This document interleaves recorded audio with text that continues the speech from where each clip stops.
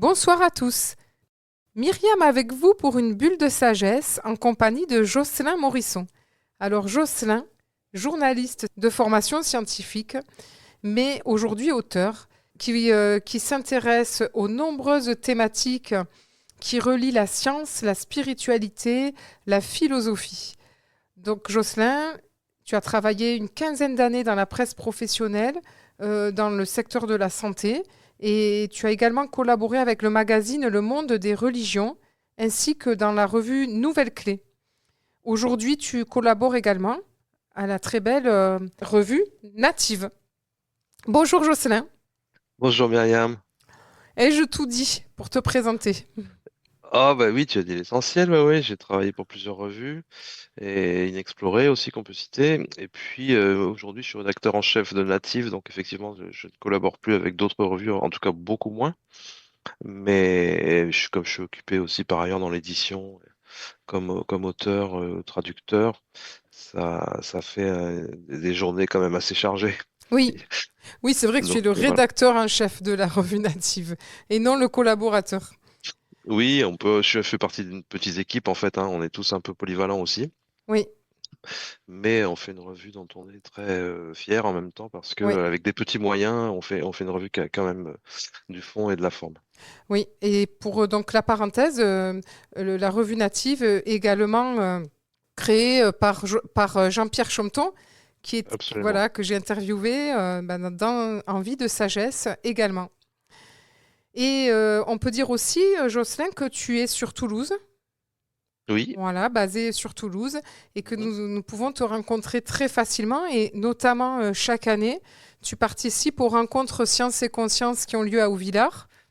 Voilà, Oui, oui, et tu y bien seras sûr. également cette année lors de la Pentecôte. Ouais, tout à fait. Alors nous allons aborder deux choses essentielles dans cette émission avec toi. D'abord, ton dernier livre, Le secret de la vie, que tu as coécrit avec Romuald Le Terrier. Et puis, en fin d'émission, on parlera d'un événement qui te tient à cœur et qui aura lieu également à Toulouse le 14 mars. Donc cet événement s'appelle Quand l'invisible défie la science. Il se déroulera au Palais des Congrès et puis il va rassembler un certain nombre d'intervenants connus et reconnus dans ce domaine. Alors Jocelyn, avant d'aborder ton livre, eh bien, j'aimerais bien qu'on aborde un peu ton parcours personnel. J'ai commencé l'émission en te présentant comme un journaliste scientifique.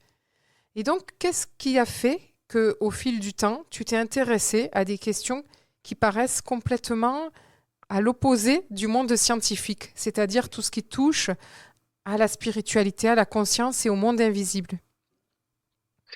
Oui, tu as raison. Donc en fait, j'essaye justement de faire en sorte que ces deux mondes-là ne soient pas opposés, et ne soient pas situés à l'opposé l'un de l'autre. Le domaine de la science et de la spiritualité, ça doit être il doit y avoir un dialogue fécond et constant entre les deux, et historiquement, bien sûr, ce dialogue existe. Il y a certaines personnes pour qui ce dialogue est impossible, mais moi, je fais pas partie de ces gens-là, et donc tout mon travail, oui, c'est ça, depuis une trentaine d'années, d'essayer de parler sérieusement déjà de concepts de phénomènes inexpliqués, d'états modifiés de conscience ou ce genre de choses. Et puis ça amène nécessairement à des choses qui relèvent de la spiritualité, parce que toutes les spiritualités parlent de ces questions de conscience et d'état de conscience, etc. Oui, Euh, donc moi j'y suis venu parce que après des études de sciences où je voulais être enseignant en fait, hein, je voulais être professeur, j'avais fait la filière pour faire les concours de professeur, donc CAPES agrégation. Et je me suis tourné après ce cursus-là vers une formation en journalisme scientifique. Et j'ai commencé à travailler comme journaliste dans la presse médicale. Et donc c'était un monde très intéressant parce que complexe, technique et très très riche, hein. Et puis aussi quelque chose un monde qui est passé ensuite aux mains de pouvoirs financiers, si on veut dire ça rapidement. Mais comme tous les autres domaines économiques, je veux dire, il y a une mainmise de la puissance financière sur l'économie en général. Ça n'a pas concerné que le monde de la santé, malheureusement. En tout cas, à la même époque, j'ai découvert le phénomène des expériences de mort imminente. Ah oui. à travers une lecture qui m'a bouleversé et Laquelle? qui m'a. Alors, c'est un livre qui s'appelle La mort transfigurée, qui a été édité par un collectif, en fait, sous l'impulsion de l'association Jans France à l'époque. Donc, Jans France Oui, existe toujours, hein. C'est l'association, c'est oui, la branche française d'une association qui avait été créée aux États-Unis. effectivement. Euh, Oui, avec voilà. Jean-Pierre Jourdain, C'est notamment. ça, c'est toujours Jean-Pierre Jourdan qui la préside, Oui, donc Jans, IANDS, et qui a fait un travail de fond sur pareil, ces dernières décennies, qui est extrêmement important. Et ce livre était un collectif avec des interventions de médecins, de psychologues, de psychiatres, de philosophes, de physiciens, et une intervention de Edgar Morin aussi, je crois, en préface, en postface. Donc c'était très sérieux et en même temps complètement extraordinaire. Parce que les témoignages, notamment, étaient bouleversants et ensuite les analyses étaient tout à fait intéressantes. Donc ça m'a ouvert à tout ça. J'ai eu envie de creuser ça et depuis, j'ai pas arrêté en fait. Et ah voilà. oui. Et donc Ah, j'ai commencé à travailler comme journaliste assez vite sur ces sujets-là. J'ai fait mes premiers articles d'ailleurs, probablement pour la revue de Jans, en fait, les cahiers de Jans. ah oui. J'avais fait plusieurs articles dedans. Ah ben pour le clin d'œil, hein, comme quoi les grands esprits se rencontrent, parce qu'effectivement, j'ai eu l'occasion d'interviewer Jean-Pierre Jourdain également, il Oui, y a Jean-Pierre quelques Jourdan, c'est un années. ami. Oui, Ouais, ouais, il a fait un super boulot avec ses livres aussi. Ouais. oui, oui. Je fais partie également de ces personnes et beaucoup de personnes que j'interviewe euh, se retrouvent bouleversées ou très, très touchées par ces récits inattendus que l'on rencontre sur ces fameuses expériences de mort imminente, effectivement. Oui, et je pense que c'est parce que on a tous un vécu comme ça, en fait, plus ou moins conscient, parce qu'on a vécu des choses comme ça dans l'enfance. Et moi, c'est mon cas, en fait, j'ai des souvenirs qui sont remontés à la surface de rêves lucides que je faisais, et j'en ai refait depuis. Bon, voilà, c'est une expérience qui n'est pas tout à fait la même qu'une expérience de mort imminente. Heureusement, en tout cas, on ne frôle pas la mort. Mais des états de conscience modifiés, des états qu'on appelle aujourd'hui d'expansion de conscience ou des états élargis de conscience, on en vit tous, en fait, ne serait-ce que des simples rêves. Alors après, malheureusement, il y a des gens qui se souviennent pas de leurs rêves, c'est dommage. Mais on vit toutes des choses comme ça dans l'enfance et probablement on l'occulte, en fait, on le refoule, comme dirait Freud. Oui, Et moi, quand j'ai lu ces témoignages, ça a réveillé quelque chose de familier, en fait. J'avais la sensation que je savais de quoi il parlait. Hein. Donc voilà, et je pense que les gens qui sont sensibles à ces discours-là, c'est parce que, enfin, qui sont sensibles à ces témoignages, parce que un témoignage, c'est plus ou moins aussi élaboré, c'est plus ou moins bien raconté, quoi, hein, que oui, ce soit à l'écrit ou à l'oral. Eh bien, cette sensibilité qu'on a à certains témoignages qui sont plus forts que d'autres, je pense que c'est parce que on connaît, en fait, on sait de quoi il s'agit. De toute façon, c'est en nous, quoi. ah Même oui. si on l'a pas vécu dans l'enfance, c'est notre nature profonde de toute façon qui est comme ça. Parce que c'est à ça que ça mène ces expériences-là. Quand on les analyse, on comprend qu'il y a une réalité spirituelle derrière, quoi. Tous les témoins le disent. Oui. Et puis ça te redonne un sens pour beaucoup de gens, non seulement qui ont vécu cette expérience ou ceux qui la lisent ou qui en prennent connaissance, disent que bah, tout d'un coup, tout prend sens en fait. C'est ça, ouais, ouais, c'est une espèce de révélation. Dans le monde chrétien, on parle d'une épiphanie, voilà, une expérience d'éveil, on dirait, dans d'autres traditions. Donc, il y a une prise de conscience brutale chez des gens qui n'ont rien demandé et qui n'ont pas fait forcément des efforts pour ça. Et donc, qui peuvent être complètement naïfs par rapport à cette réalité-là. Naïfs au sens où ils la connaissent pas du tout, hein. Oui, Et effectivement, ça donne des répercussions qui peuvent être brutales. Ça donne lieu à des divorces, à des changements brutaux de vie, de profession, etc. Même dans les relations amicales et tout, parce que ça bouleverse complètement la vision du monde. Donc, ça dépend vraiment de qui on était avant, quand on vit une expérience comme ça, et la façon dont on va être transformé, donc dépend, voilà, peut-être d'un chemin des spirituels qu'on avait déjà commencé, ou en tout cas oui. des préoccupations qu'on pouvait avoir. Mais si on est, voilà, si on n'a jamais eu de réflexion sur ce thème-là, c'est plutôt, ça va être assez violent, ça va être plus difficile à intégrer, on va dire. Et donc dans ton cas, il y avait déjà une ouverture d'esprit, il y avait déjà Ouais. une attente de quelque chose.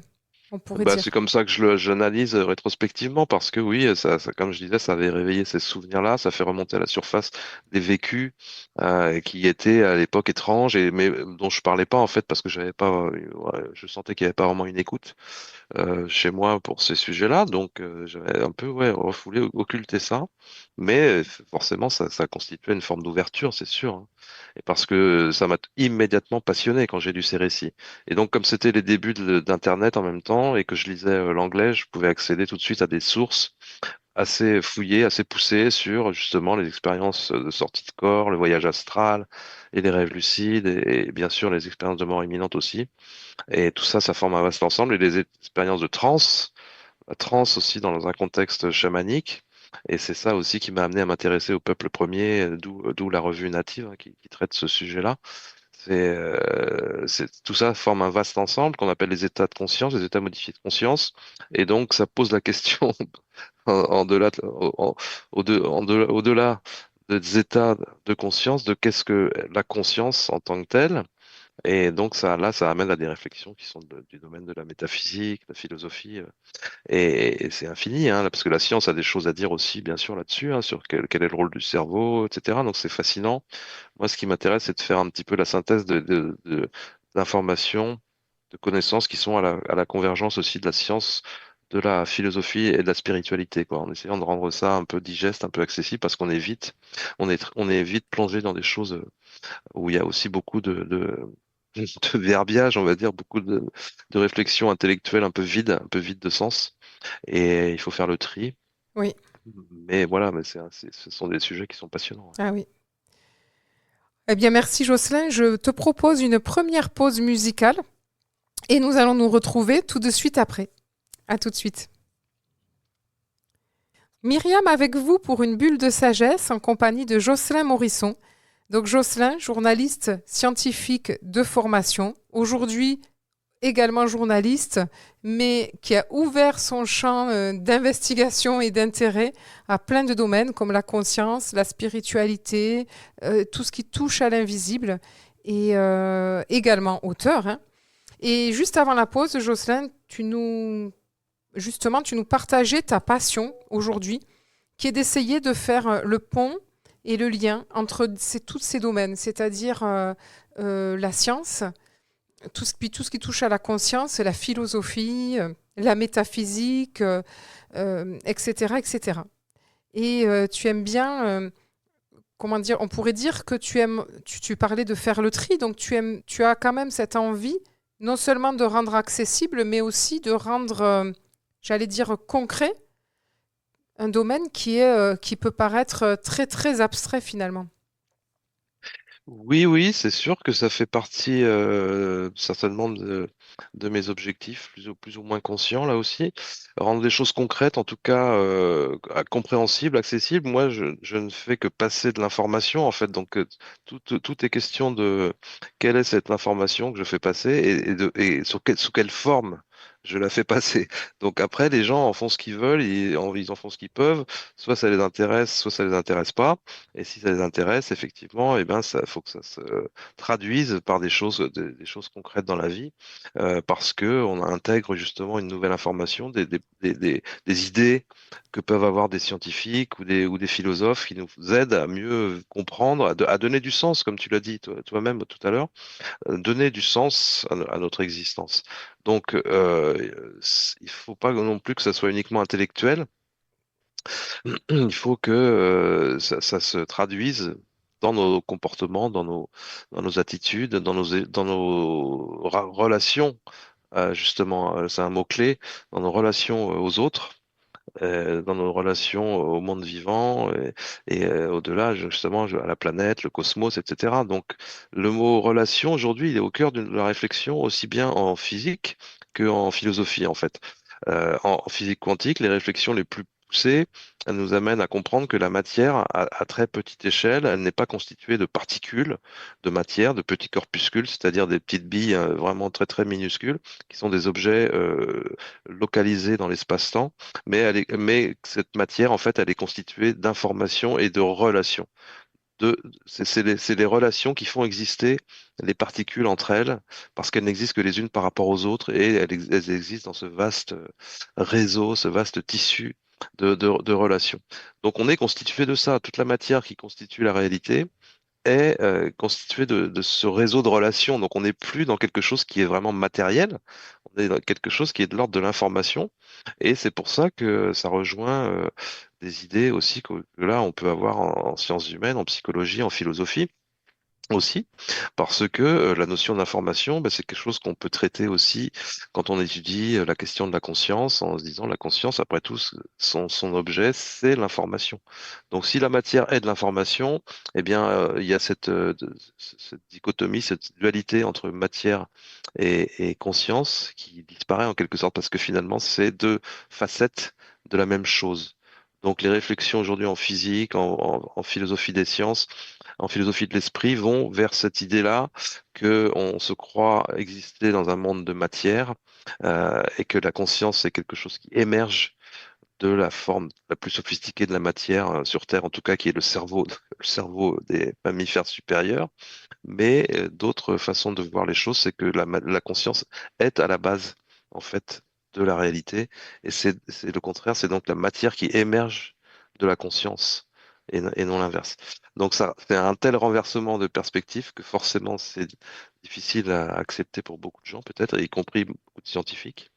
Mais disons qu'il y a une ouverture croissante vers ces idées-là, qui sont pas nouvelles non plus, parce justement, elles font écho à des positions qu'on avait déjà dans les grandes traditions spirituelles de l'Inde en particulier, ou dans les ésotérismes de nos traditions occidentales, et même chez les peuples premiers.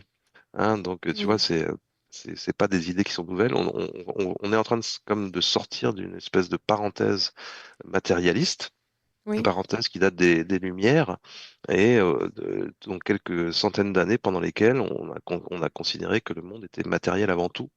Et voilà, on est en train de revenir de cette position-là, y compris pour des raisons pratiques là aussi, parce qu'avoir cette vision des choses, c'est considérer que la matière, c'est quelque chose qui est neutre et qui est là simplement pour être exploité.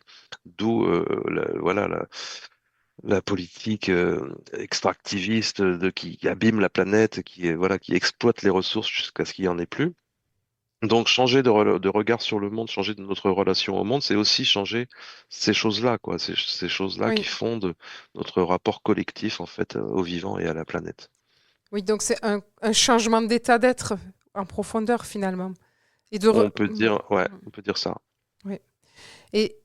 Donc, à partir de ces recherches que tu as effectuées, tu as été chercher dans tu as été puisé dans différentes, j'allais dire, traditions ou différents mouvements, différentes expériences spirituelles Mhm. pour expérimenter toi-même cet état de conscience modifié, ces états de conscience modifiés dont tu nous parles. Oui, oui, oui, moi j'ai fait ça avec la méditation. Et donc, soit pendant des périodes de méditation, soit à l'occasion de rêves un peu particuliers aussi, qui sont induits aussi par des certaines méditations, j'ai vécu des expériences d'ouverture, d'expansion de conscience, comme je disais, euh, avec ces présences de lumière, avec ces sensations de paix, de flottement, de paralysie, enfin tout un tas de choses qui sont décrites dans ce genre de littérature. Hein. Donc ça fait forcément partie du chemin pour moi que de vivre cette réalité-là à travers ces expériences-là.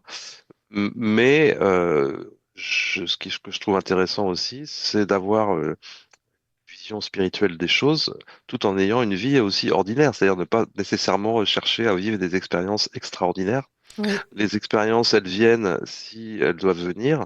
Il y a des conditions, peut-être. Il y a peut-être aussi le fait qu'on va le demander ou pas.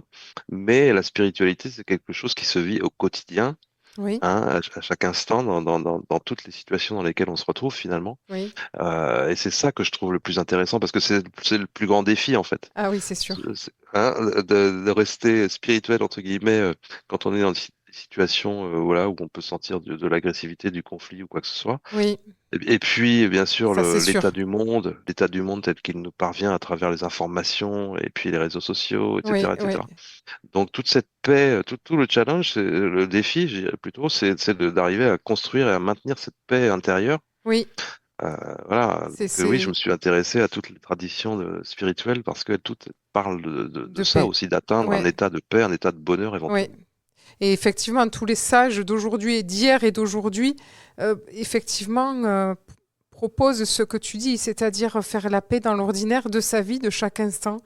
Effectivement, transformer une situation de conflit, arriver à voilà, soit rester en paix, soit transformer cette agression, transformer son agression intérieure en geste de paix.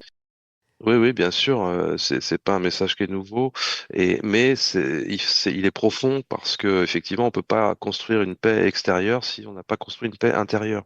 Donc, on n'aura pas la paix dans le monde tant que chacun ne sera pas capable de faire la paix en lui-même, avec lui-même, ensuite avec les autres. Il faut d'abord faire la paix avec soi-même, donc c'est ça aussi qui est difficile. Oui, Il faut apprendre à se connaître, à se pardonner, il faut pardonner à ses parents, etc. Donc, oui, c'est ça.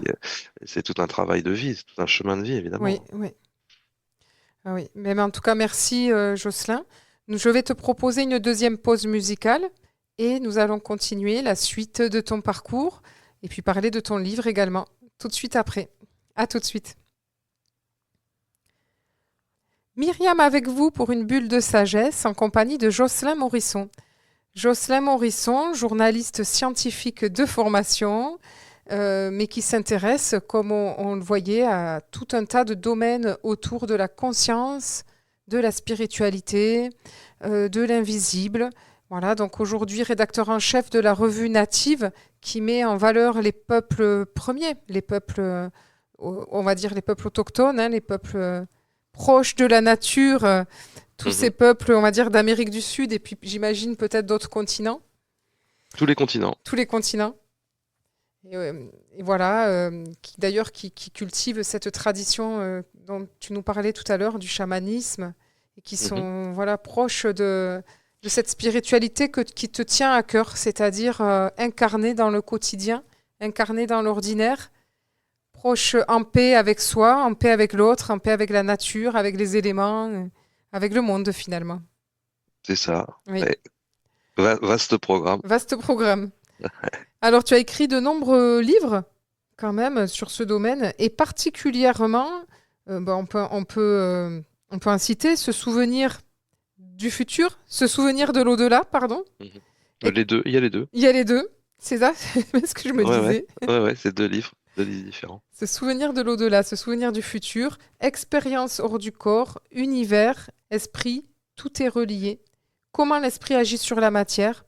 Et le dernier s'appelle Le secret de la vie. Donc tu l'as coécrit avec Romuald de Terrier. Et vous parlez dans ce livre de rétrocausalité, de synchronicité, d'alchimie. Notamment, le thème principal, très original, vous explorez la quête de la longue vie et de l'éternelle jeunesse qui a traversé l'humanité depuis la nuit des temps et qui prend aujourd'hui la forme d'un projet transhumaniste déshumanisé, d'une médecine régénérative pleine de promesses mais qui reste appuyée sur une compréhension matérialiste, hein, comme on disait tout à l'heure, Mhm. tout ce côté matérialiste. Mais vous avez exploré une autre voie possible qui redécouvre notamment les secrets de l'alchimie à travers la science et la philosophie contemporaine. Alors, on aimerait bien en savoir un peu plus. Oui, bah déjà ce texte-là, c'est la quatrième de couverture, il résume bien le livre, mais du coup, oui, comme tu imagines, c'est très riche en fait parce qu'on explore les mythes. En fait, alors le secret de la vie, donc c'est une suite, on va dire, de se souvenir du futur, hein, qui était déjà un livre sur le fait que le temps, en fait, n'est pas ce qu'on croit, le temps est déployé, et le futur existe déjà d'une manière potentielle, mais en tout cas, il est déjà plus ou moins là. Et on peut être en contact avec son futur. C'est ça l'idée centrale des choses. Et on reçoit des signes de son futur sous la forme de synchronicité. Donc c'est une proposition qu'on avait faite dans ce souvenir du futur qui a bien plu et qu'on explore davantage dans le secret de la vie. avec cette idée qu'effectivement on peut, en jouant avec ce mécanisme-là, prolonger sa vie, prolonger son existence, enrichir en tout cas sa vie en termes de sens justement et d'expériences vécues, et aussi éventuellement la prolonger sur le plan physiologique, hein, parce que l'autre projet, effectivement, c'est un projet déshumanisé, comme je dis, le transhumanisme, c'est nous faire fusionner avec la machine, c'est transférer éventuellement notre conscience dans un ordinateur quand le corps meurt. C'est des choses qui relèvent pour l'instant de la science-fiction, mais qui sont financés avec des gros budgets quand même, parce que les géants de la tech, comme on dit aux États-Unis, ils ont l'obsession aussi de rester éternellement puissants et donc jeunes, Et etc. jeune, oui. Et ils investissent donc des sommes colossales dans tous ces projets-là. Donc j'espère que la majorité des habitants de la planète pourront en profiter, mais pour l'instant, c'est des choses qui sont très, très élitistes, mais qui font des progrès colossaux aussi, qui font des progrès extrêmement rapides, aussi bien dans l'intelligence artificielle que dans la médecine régénérative, effectivement, tout ce qui consiste à lutter contre le vieillissement. Et on explore donc nous, on commence par explorer les mythes autour de la longévité. Dans toutes les traditions spirituelles, en fait, il y a cette idée qu'il existe des formules magiques, des élixirs d'éternelle jeunesse, des fontaines de jouvence, des élixirs d'immortalité, des nectars d'immortalité, etc. Il y a tout ce panel, en fait, de façons de lutter contre le vieillissement, contre la mort, en fait, hein, parce que c'est l'obsession de l'humanité, bien sûr, depuis que nous sommes conscients du fait que nous mourrons, quoi. Et c'est ce qui nous distingue aussi de la plupart des animaux. Donc, c'est fascinant d'explorer ces mythes-là et de mettre ça en regard de progrès dans les sciences et de progrès aussi dans les sciences un peu alternatives, on peut dire, parce que il y a des choses qui vont très très vite en science et le temps que ça imprègne un peu le grand public, ça prend des années en fait, hein. Mais par exemple, je cite des travaux d'un biologiste américain qui s'appelle Michael Levin et qui est en train de mettre en évidence l'existence de champs d'information qui relèvent d'une vision du monde platonicienne en fait. C'est-à-dire, Platon disait que il y avait des formes idéales qui existaient en dehors de l'espace-temps et qui servaient de guide, de moule, de modèle aux formes qui allaient apparaître dans la réalité matérielle.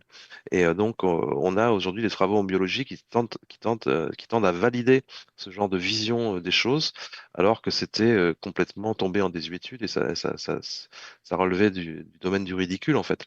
Donc, on a des bouleversements dans le domaine de la physique aussi, et comme je l'ai dit un petit peu déjà avec cette histoire de relation tout à l'heure, sur le rôle de la conscience de l'observateur, dans la façon dont les choses se manifestent à l'échelle des phénomènes quantiques. Donc, le rôle de la conscience est toujours débattu. Et puis, bien sûr, dans les neurosciences aussi, qu'est-ce qu'on comprend du fonctionnement du cerveau et de l'interface entre le cerveau et la conscience, ça reste très, très mystérieux. Donc, dans le bouquin, on rentre pas dans des choses trop complexes, trop techniques, mais par contre, on montre que il y a toutes ces nouvelles idées qui émergent et qui vont dans le sens de cette idée que notre conscience est une manifestation d'une seule et même conscience source, qu'on peut appeler comme ça, et que voilà, on est complètement relié à cette trame-là, à cette source-là. Tout ne fait qu'un, ça c'est le titre de notre précédent bouquin, donc tout est relié. Univers esprit, tout est relié. Et là, on est sur l'exploration de notre relation donc au temps. Et à l'idée qu'on a une partie de nous, qu'on appelle le soi avec Jung, hein, qui existe à la fois dans le passé, dans le présent et dans le futur, en fait. Oui. C'est ce qui serait l'équivalent de notre âme ou quelque chose comme ça, si on veut faire une lecture plus religieuse.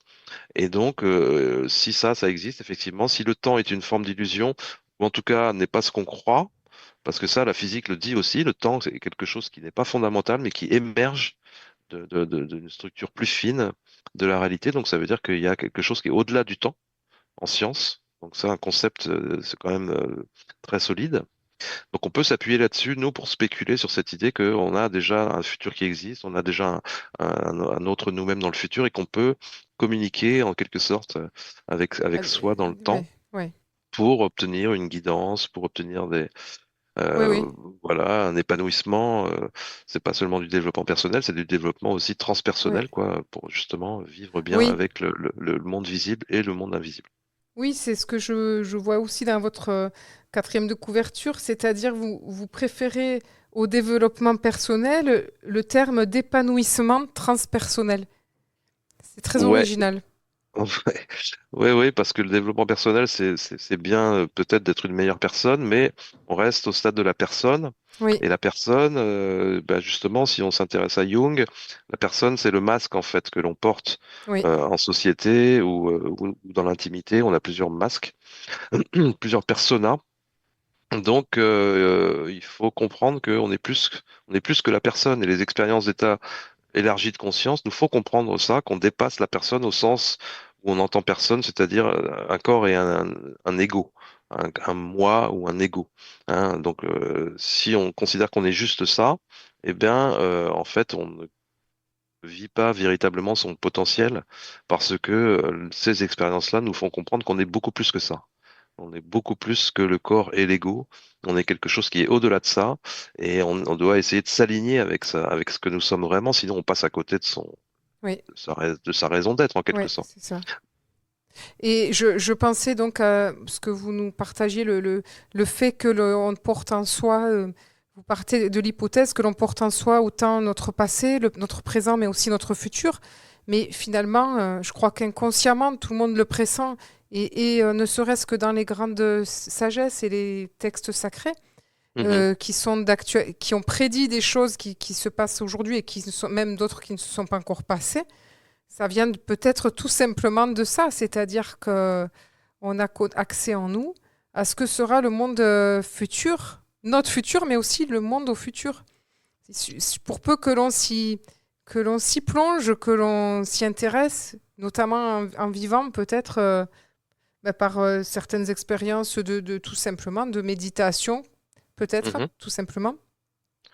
Oui, moi le modèle auquel j'adhère, c'est un modèle dans lequel le futur, à chaque instant, il est déjà configuré, mais il peut changer. C'est-à-dire qu'on est dans une vision de l'espace-temps dynamique. Et là, voilà, il y a des scientifiques qui proposent certains modèles Oui, avec de la physique et même des mathématiques, hein, pour considérer que le futur peut exister déjà, mais qu'il y a aussi une multitude de futurs ah alternatifs oui, qui sont possibles. Et donc, cette idée que nous, on développe ouais. aussi dans le livre, c'est de développer des techniques pour attirer à nous Le futur, le meilleur futur. le meilleur Ah futur oui, pour nous et pour justement l'écosystème dans lequel on ah vit, oui, l'écosystème au sens large, hein, et puis qui oui. est aussi le meilleur pour la planète, etc. On peut aller Ouais, à toutes les échelles si on veut. oui. Forcément, à Donc, partir de notre présent, qui va déterminer. à partir de notre présent et de notre passé, on fait des choix, on fait aussi des projections comme ça avec l'esprit, hein, de souhaits, de choses qu'on désire aussi.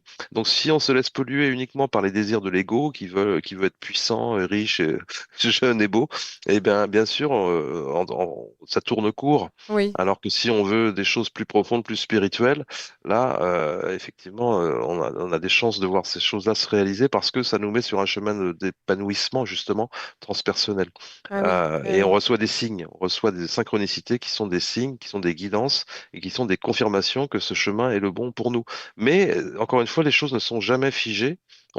Les choses peuvent changer en permanence. On est toujours sur comme on a comme un GPS intérieur, ça c'est l'image de Philippe Guillemant, hein, le physicien. oui, On a comme un GPS intérieur et si on change de chemin, le GPS recalcule oui, le chemin pour aller à une destination qu'on a fixée, mais on peut aussi à un certain point changer de destination ou estimer être arrivé, parvenu à destination et choisir une oui, destination suivante.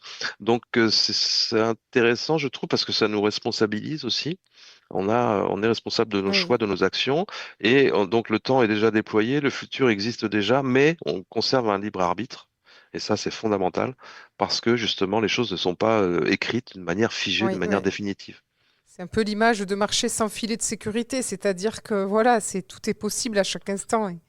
C'est encore Et- mieux que ça, Myriam, parce que l'image est bonne. Marcher sans filet, c'est aussi marcher alors qu'il n'y a pas de chemin de tracé, comme dans les Les dialogues. Aventuriers de l'Arche perdue. Ah oui, Hein, il y a cette fameuse scène où il doit franchir un précipice et en fait, il y a une illusion d'optique. Il ne voit pas que en fait, il y a du rocher et qu'il va marcher sur un petit pont, en fait, une passerelle. Et c'est en jetant du sable que cette surface se matérialise. Et donc, c'est en avançant, c'est en faisant le premier pas que le sol se forme sous nos pieds. Ah oui, oui, Donc il y a cette idée aussi d'oser faire des oui, pas dans le vide, des pas oui, dans le vide parce que c'est un vide qui est juste une illusion ouais. en fait. Alors là, ça me renvoie à une image d'un livre que je sais que tu affectionnes particulièrement, dans les dialogues avec l'ange, Mhm. lorsqu'il est dit que voilà, on marche sur une île, chacun de vos pas forme une île fleurie pour les autres. Alors je le dis pas bien, mais c'est cette idée-là. Voilà que. Magnifique, ouais, ouais, toujours Ouais. une référence majeure Ah pour oui, moi. ah oui. Eh bien, merci Jocelyn. Je vais te proposer une autre pause musicale. Je ne sais plus la combien. Je crois que c'est la troisième. Et nous allons nous retrouver tout de suite après. Myriam avec vous pour une bulle de sagesse en compagnie de Jocelyn Morisson. Jocelyn Morisson, auteur de formation journaliste scientifique et puis aujourd'hui aussi également journaliste, mais dans des thèmes qui lui tiennent à cœur, la conscience, la spiritualité, les peuples premiers, les peuples autochtones. Et donc il est rédacteur en chef de la revue Native, notamment. Mais aujourd'hui, voilà, Jocelyn nous parle de son dernier livre coécrit avec Romuald Le Terrier, Le secret de la vie. Et donc, nous étions embarqués dans cette idée dans cette science-fiction, mais pourtant très réelle à tes yeux, qui est que voilà, notre futur est accessible à tout moment, qu'on peut y avoir accès, qu'on peut le changer selon nos actions. Voilà, tout un champ d'exploration à la croisée de la science et à la croisée on va dire, de toutes les anciennes traditions, hein, c'est ça? Oui, c'est ça, oui, oui. Et puis je dois insister sur le fait quand même que c'est Romuald Le Terrier qui me sollicite à chaque fois pour faire ses livres. C'est notre quatrième livre ensemble, hein, finalement. Ah oui, Bon, il a des idées vraiment novatrices et il propose aussi des expériences. Donc, il propose aussi dans des ateliers. Bon, et on habite très très loin l'un de l'autre, donc on fait pas ça ensemble. Hein, mais lui, il a développé une formule d'atelier dans laquelle il propose aux gens de jouer avec ça, de créer des synchronicités. Il a créé des jeux aussi avec un ami ah, pour super, provoquer. super. Ouais, il a un jeu qui s'appelle Synchronicity et il en a sorti un autre là dont le titre m'échappe. Mais on peut jouer avec ce mécanisme-là. Et chez lui, c'est nourri de toute une connaissance du chamanisme justement, et des peuples racines, aussi des peuples d'Amérique du Sud, du Pérou en particulier, mais pas seulement, aussi d'Indonésie et ailleurs. Et donc, il y a cette sagesse-là chez ces peuples-là, chez ces peuples-là, il y a cette connaissance de l'invisible, il y a cette capacité à lire des signes dans l'invisible, à provoquer des visions. Donc on sait notamment il provoque des visions par la transe, mais pas seulement, aussi par le rêve. Ils appellent des rêves. Donc tout ça pour eux fait partie d'une réalité qui ne fait qu'un avec la réalité ordinaire. C'est pas des choses qui sont séparées, ça fait partie d'un bloc tout ça. Et Romuald, il a beaucoup étudié ça et il a été aussi initié par des chamans à ces réalités-là. Et donc c'est assez fascinant de voir que on a aussi une résonance dans des réflexions scientifiques de pointe ou des réflexions philosophiques avec ces idées forces quoi, qui sont proposées par les peuples racines en particulier, mais qu'on retrouve dans toutes les grandes traditions spirituelles, encore une fois. Oui, voilà, c'est ce que vous dites. Vous dites que, en fait, cette histoire fascinante de la fontaine de Jouvence, la quête d'immortalité, toutes ces vieilles légendes et ces mythes, eh bien, il y avait derrière, comme beaucoup de mythes, une vérité profonde. Et vous êtes allé, vous, la chercher, quoi, cette vérité profonde qui est Bah, cachée. en tout Oui. cas, ce livre, ouais, c'est un gros travail de documentation et d'enquête, hein, effectivement, surtout pour moi, parce que moi, je suis le journaliste quand même dans l'histoire. Ah oui, Mais Romuald amène plein d'idées novatrices, mais il a aussi une grande culture de ces sujets-là et qui est complémentaire de la mienne. En plus, on ne lit pas forcément les mêmes choses. On a bien sûr plein de choses en commun, mais on se complète aussi beaucoup parce que lui, il va beaucoup lire des choses en sciences humaines, notamment en anthropologie, en ethno, parce que c'est son domaine à la base. Hein. ah oui, Et moi, je suis plus dans les sciences dures, sur la physique et les neurosciences et tout ça.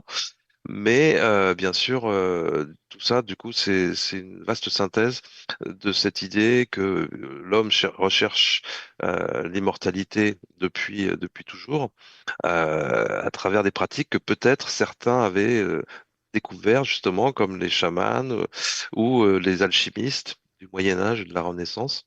Peut-être que le but de leur manipulation, de leur pratique, etc., c'était pas de fabriquer la pierre philosophale, transformer le plomb en or, comme on dit, mais tout ça, c'était en fait une allégorie, c'était quelque chose de symbolique, et qu'il s'agissait avant tout de transformer l'être, enfin justement pour retourner à l'essence, quoi, pour Oui, retrouver son essence, comme on pourrait dire, et que c'était un travail de métamorphose, donc qui aussi consistait à allonger sa vie, quoi. C'est-à-dire qu'on pouvait, il y a plein de gravures alchimiques justement dans le livre qu'on a, enfin plusieurs en tout cas que Romuald a lit avec cette grille de lecture dans laquelle les alchimistes savaient que passé, présent et futur en fait coexistent, cohabitent dans notre réalité, et que aussi bien qu'on peut accéder à des souvenirs, donc à des scènes du passé par la mémoire, et ben on a accès aussi à une mémoire du futur. Donc voilà, oui, c'est fascinant oui, de voir qu'il y a eu ces savoirs-là qui ont été aussi cachés, quoi. C'est ça qu'on appelle aussi l'ésotérisme, hein. C'est parce que c'était caché, c'était réservé à des initiés, oui, à des gens particuliers qui faisaient une démarche aussi, certainement, initiatique en l'occurrence. Mais aujourd'hui, on a accès à tout ça. Alors il y a encore bien sûr des vraies initiations qui sont possibles dans certains cercles et tout ça, hein, mais on a accès en tout cas à une somme de connaissances aujourd'hui avec l'informatique quoi, qui est colossale. On a accès à tous les textes sacrés de toutes les traditions spirituelles du monde. Donc voilà, c'est assez fascinant de voir que tout ça parle de la même chose, bien entendu, quoi, avec des mots parfois différents, oui. mais dit essentiellement la même chose. Ah ouais, c'est vertigineux hein, même de se dire que voilà, on est axé. J'ai entendu parler, effectivement, il y a des recherches qui sont faites, même dans certaines psychanalyses, on peut être autant tourné vers son passé que vers son futur. Mhm. Et voilà, bah, c'est un thème que peut-être vous pourrez venir prochainement parler avec ton collaborateur, Oui. Romuald de Terrier, ça serait intéressant. Oui, oui, Et, oui, bah, comme je te l'ai dit, on habite loin l'un de l'autre, mais il arrive qu'on soit réunis, bah, on le sera justement le 14 mars à Toulouse. et voilà, et donc on en vient pour cette dernière partie. Effectivement, je souhaitais aborder on va dire cet événement, parce que j'allais dire cette conférence, mais il y a beaucoup, beaucoup de conférences dans cet événement. Donc voilà, tu vas nous présenter un peu cet événement organisé par Vertical Project Media. Et donc, ça s'appelle Quand l'invisible défie la science. Ça se passe à Toulouse le 14 mars à partir de 10 heures, toute la journée. Et il y a multitude d'intervenants dont tu vas peut-être nous en dire quelques mots. Oui, oui, alors effectivement, il reste quelques places, hein.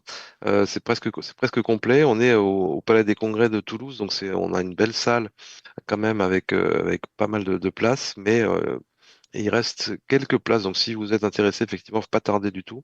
Il faut aller sur le site vertical-project.com et donc c'est des amis avec qui je travaille depuis longtemps, soit comme justement conférencier, animateur, soit comme intervieweur aussi pour la chaîne web, la web TV.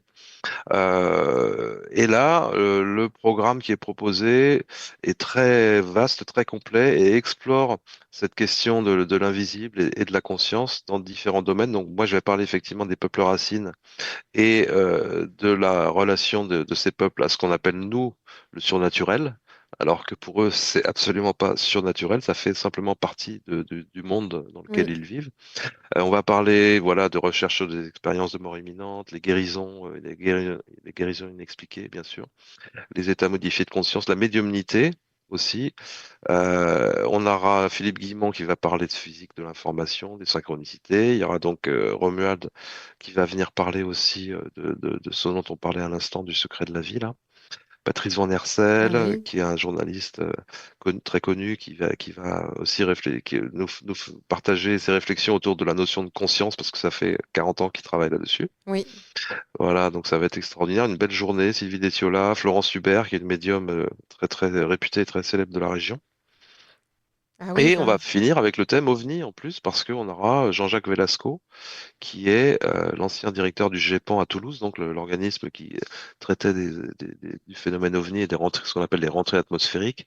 Et donc, qui est quelqu'un qui a travaillé pour le CNES, là, le Centre national d'études spatiales, et qui s'est intéressé au fameux dossier Roswell, qui est un dossier mythique dans le domaine de l'ufologie. Et il a fait une enquête qui vient de sortir là chez Trédaniel et qui donc qui viendra nous présenter presque presque en avant-première lors de cette journée, Jean-Jacques Velasco. Donc ça va être très riche. Et on a Patrice Pouillard aussi, qui lui est un documentariste qui va nous parler des bâtisseurs de l'ancien monde, l'idée qu'il y a derrière les pyramides notamment et les anciens sites comme ça sacrés, une probablement une intelligence qui s'est manifestée, peut-être d'anciennes civilisations, etc. Donc ça reste des dossiers qui sont un peu marginaux, mais qui restent ouverts.